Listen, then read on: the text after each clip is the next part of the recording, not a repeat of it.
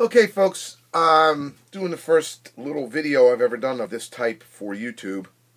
Thought I'd share this because I've struggled trying to figure out some of the little intricacies in this kind of groovy little part from a song called Lucretia, McEvil. Band was Blood, Sweat, and Tears back in the early 70s, I believe. And I actually remember hearing this song on the radio and loving it and playing it in a band years ago. I'm sure I didn't play it anywhere near correctly. But at any rate, it's a fairly simple theme. It's on a 1-4-2-5 progression in E. So we got E, A, F sharp, B. And I mean, if you just dominant 7 chords, okay, you can kind of hear where it's going musically.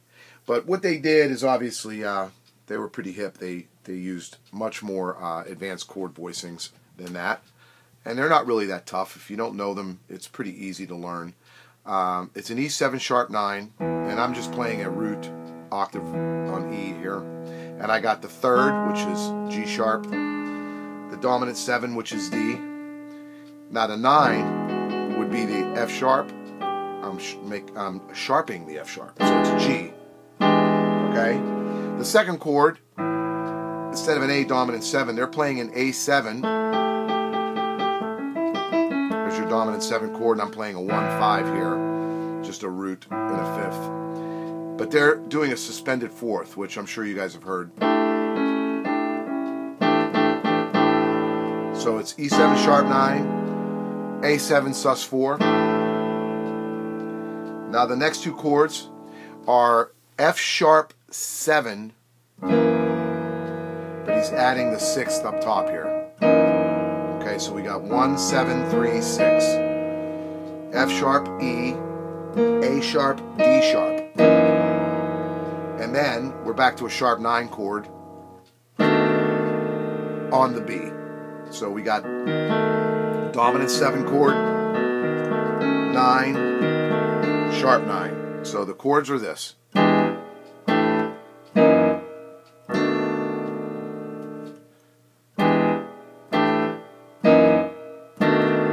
Much cooler, right?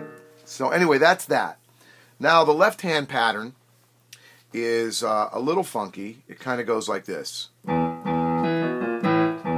That's the first part. So it's E and then jumps up an octave.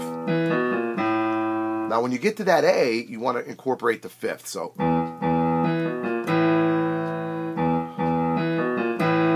all right, a little tricky.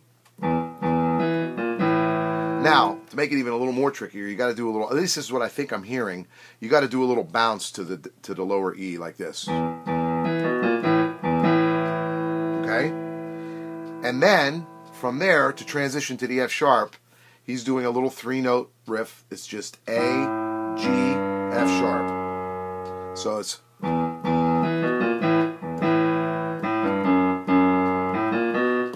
Now that one is just a chromatic back up from the A to the A sharp to the B. Okay, so it goes like this.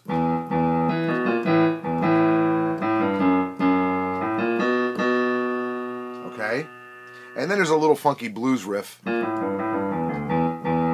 So it's...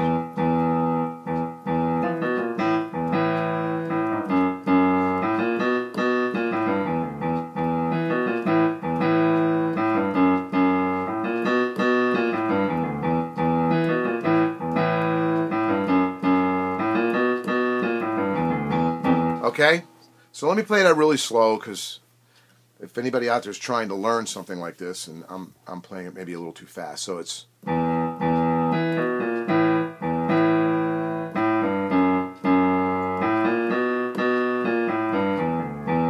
Now, use whatever fingering works for you. Whatever fingering works for you, use it. What works for me, and the only part that feels a little awkward is this. Where I'm using my pinky on that F sharp, it's a little awkward. But I may end up changing that. I just learned this a half hour ago, so it's...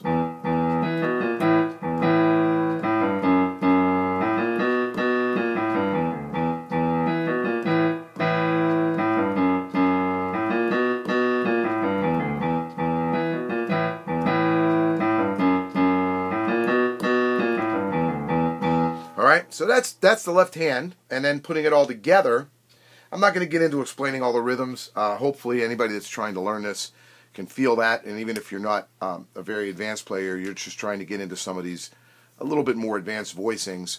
I guess it's all relative what's advanced and what isn't. There's stuff that's way over my head. But at any rate, I get this, and hopefully I can help somebody understand it, because it's been very helpful for me to watch other folks on YouTube. So it goes like this. Oops.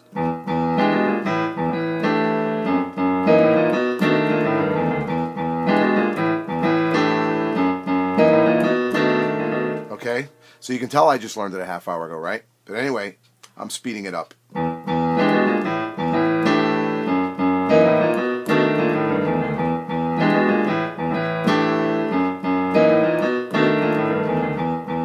Then once you get it in your hand, it's a matter of playing it with a little bit more feel.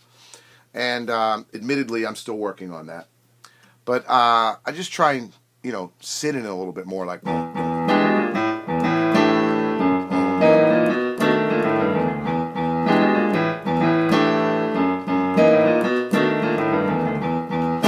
Anyway, Lucretia McEvil. Hope it helps, guys and gals. Take care. Thanks.